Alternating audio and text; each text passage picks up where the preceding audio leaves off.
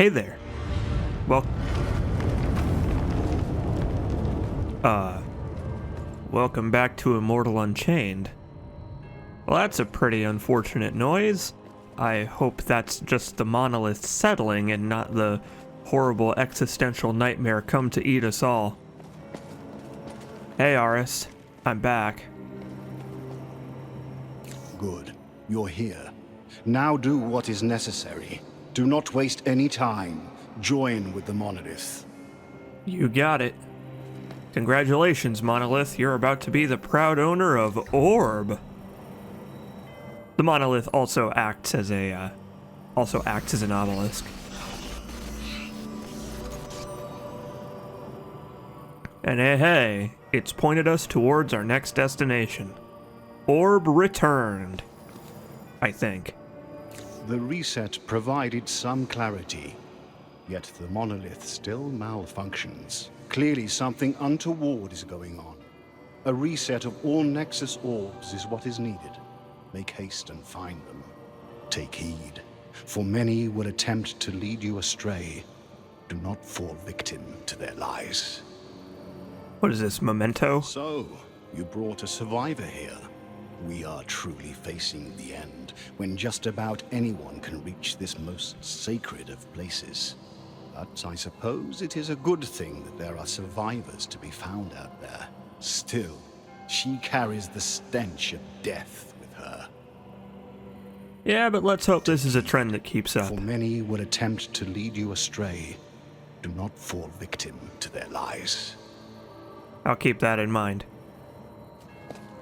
Let's hope that rescuing people is a thing that we are in the business of, even if it does defile the sanctity of the core or something like that. Hey, Brenton, how's it going?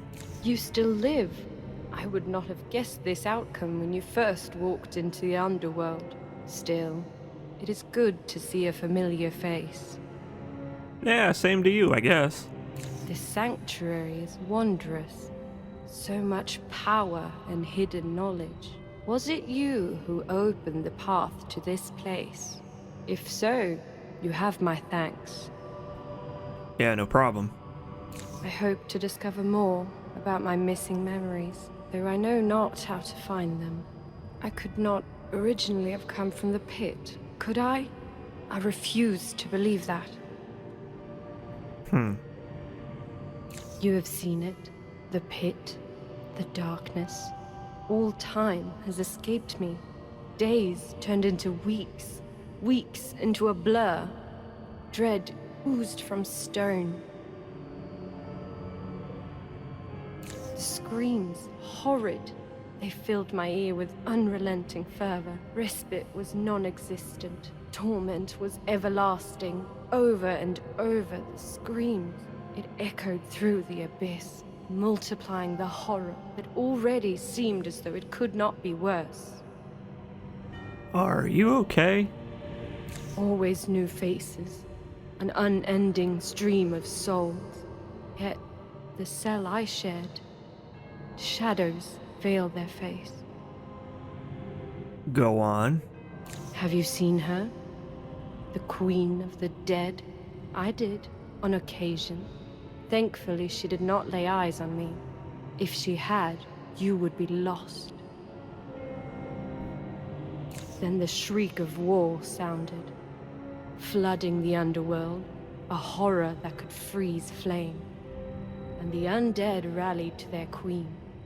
A new purpose filled their empty eyes. And assault rifles filled their hands. I am still confused as to how it happened, but I broke free. My chains had been broken. My feet now could carry me to liberty. I ran, I hid. Never had I seen that abyss as empty as it was. Seemed to take forever. Never had light been so welcoming, cold snow so refreshing as it was under my feet. At last, I was out. I know the feeling. I may have been free of my cell, but I did not actually have my freedom. What little memories I had were ill-hearted. No longer did I have a tie to the world. I know there is something out there. A mark, something I must have left. Whatever granted me my freedom now denies me the truth. Should I simply accept my fate? Is it enough to be that which I am now? Should I simply accept who I am now? Nah, I wouldn't settle. I don't know. We'll keep looking for your memory. Hopefully we'll find something to jog it out there on our adventures. So here's something kind of interesting. The monolith has pointed us towards this door as our next destination, and if you're following the progression the normal way, you totally should do that. But we also can head over to this one and pay slightly more bits to open it early. In fact, we could have done this right after coming out of the tutorial. You don't have to go to Arden first, but I really recommend you do. But now that we've done Arden and touched the orb there, it's time to head to the jungle realm of Viridian. Guess why it's named that? See there.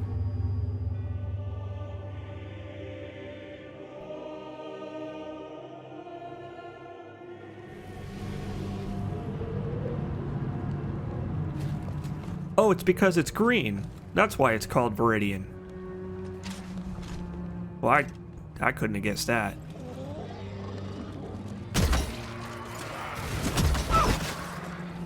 And already the enemies do more damage than they did on Arden.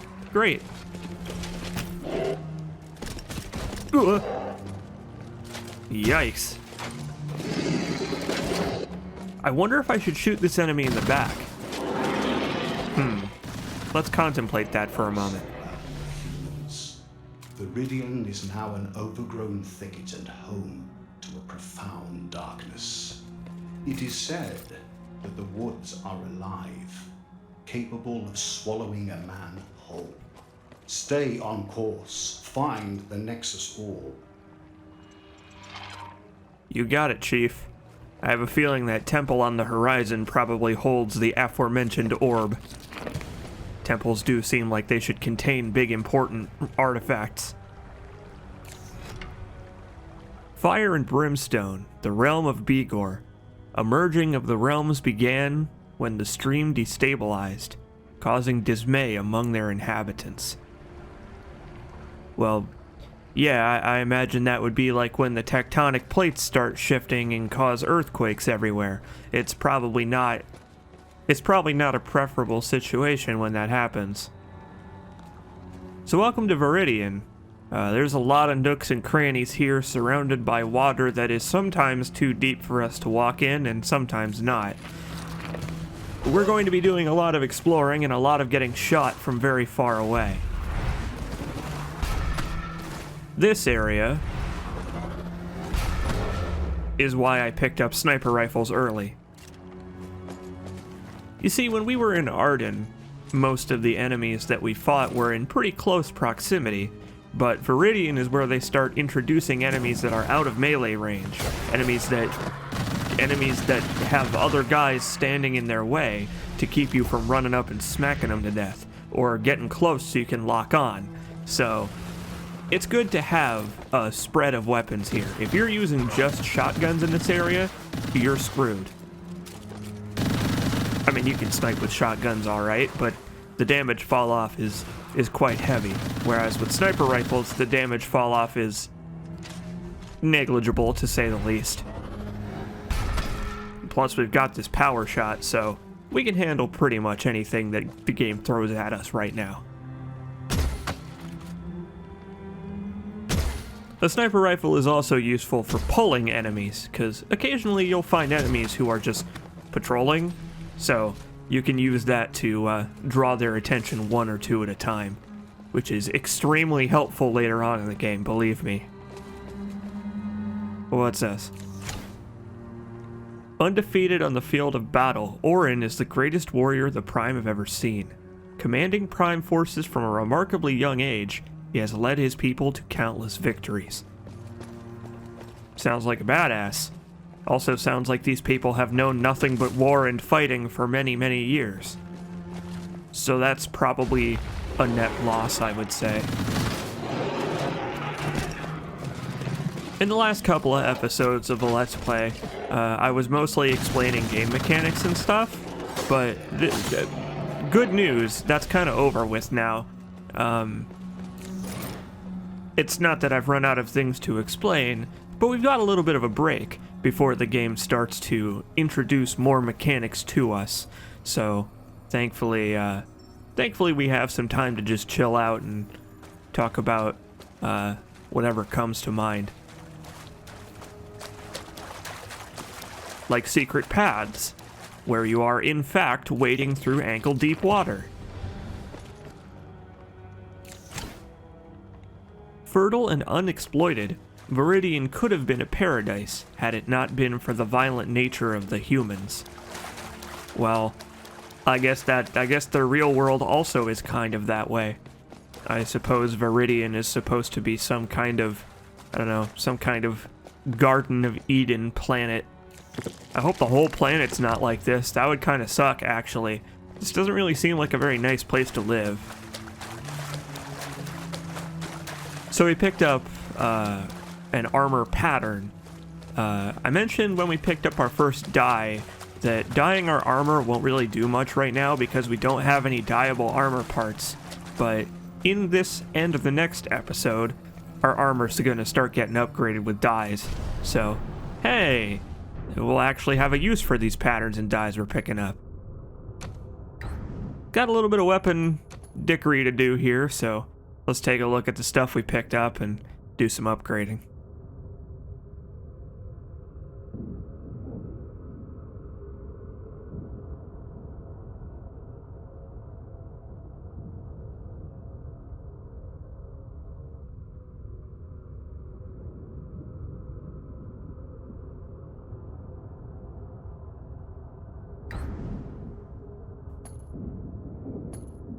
So we're gonna save that stuff, the shotgun and the explodey gun. We might make use of them later. Who knows? Who knows at this point? The world is our oyster. Unless it comes to crafting materials. We don't have many of those. But don't worry, we'll get more upgrade materials, specifically by selling weapons that I no longer need. Like for example, the Cloud Dancer's Enforcers.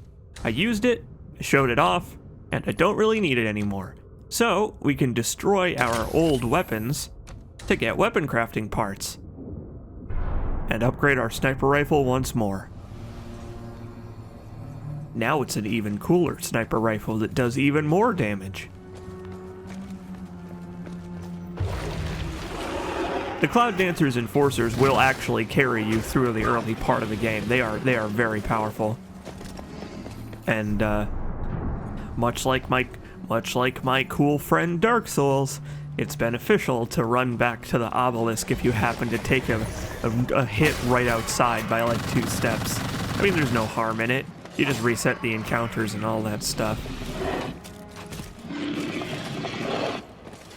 Toro! So these guys, these big guys are very dangerous. They can lock you down and stun you very easy.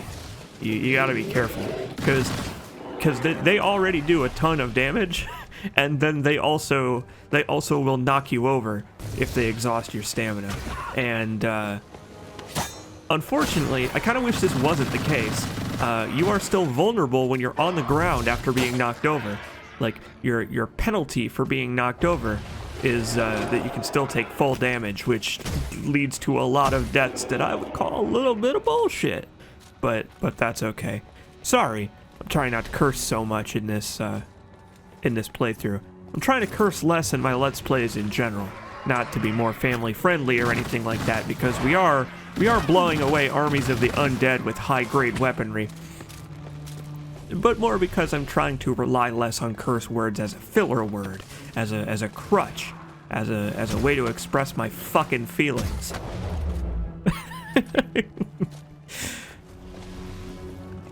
So, what you're seeing here is Viridian boiled down, basically. There's a forlorn idol here, but we're currently a little bit busy, so I'll take care of it in a second. Obviously these red gentlemen take very little damage to the front. We're gonna have to go about this a little bit more creatively if I want to save on ammo.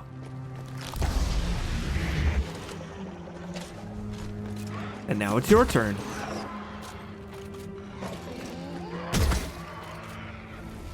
Ravager Carbine. Alright, I'll take it. Looks pretty neat. Never showing a talent for stream wielding, Orin chose instead to hone his skill in a hand-to-hand battle. Legend says no creature could best him in single combat. So it's kind of like a God of War thing, I guess. Which is cool. I mean, hey, I guess they're getting their mythology mixed up a little bit there, but maybe they'll clarify in a little bit. Who knows? So as we run ahead and move on with the game, we gotta be on the lookout for these Cerium decrees. I started to explain that last time, but I didn't get very far. Cerium decrees are basically the standard lock. I said we would talk about protocols and codex in a future episode, and now it's finally time. Occasionally we'll come across locked doors, locked bridges, locked pathways, portals, etc. that can be opened by having a certain number of Cerium decrees in addition to whatever protocol main key it requires. So a lot of these doors will be locked with 2 different keys, either to keep you from getting through that way early, or to reward you for thorough exploration. Also, speaking of exploration, there's a nice hidden little path back to the obelisk down there. But if I used it, it would reset all the enemies, so I'm not going to do that. So unfortunately, as cool as the Cerium decree and protocol system is, it means that there's going to be a little bit of backtracking later on in the Let's Play, so that I can show you what's behind all these doors, because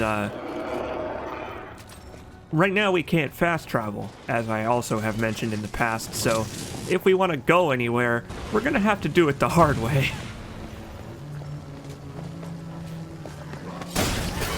These sniper enemies are very powerful. It's just that they take a while to do anything, which gives you a good amount of time to sneak up on them. Or not sneak up on them if you prefer the direct approach. Kind and nurturing, Arlen was seen as timid and weak by his siblings. Always the peacekeeper, he was never one for conquest or strife. Well then, I guess we know the dynamic between Arlen and Orin now. I suppose they're, 2 peas of very different pods. Ouch. See what I mean about the snipers?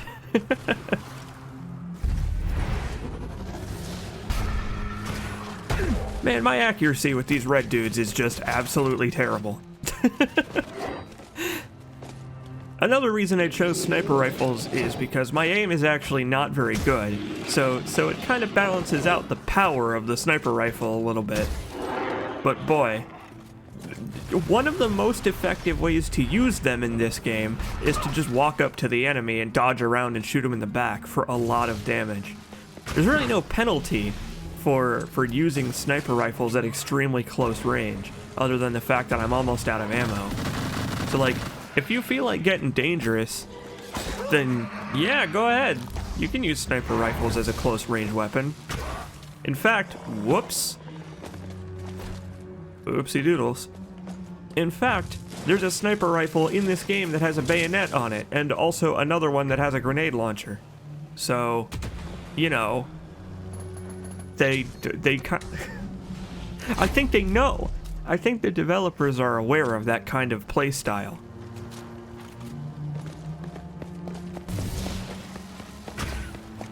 At least I didn't die. If you fall in the water, you die instantly, obviously, because this is a video game. And I don't have any syringes right now, so it's kind of me against this guy in a battle of wits. But at least my fumbling made the encounter a little bit more interesting. Too bad I had to blow an ammo.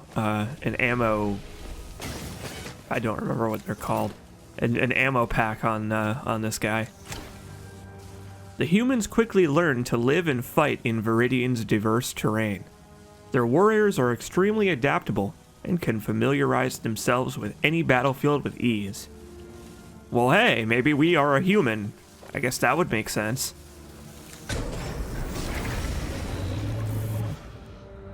And hey, nice! Look at that! We have an additional primary weapon slot. And a new coat. A fancy new coat. And yeah, there's one such chest that requires a ton of Cerium decrees. We'll have to pick that one up on the way out. But yeah, now we can carry around 2 primary weapons, and there's no restriction on what weapons you put in the slots, which is nice. It's nice that they just let you equip whatever. So if you want to equip 2 sniper rifles, I guess you can do that. But we're not going to. We're going to diversify a little bit on the next episode. And so, as we head through these ominous caves towards the next obelisk, I'll see you next time.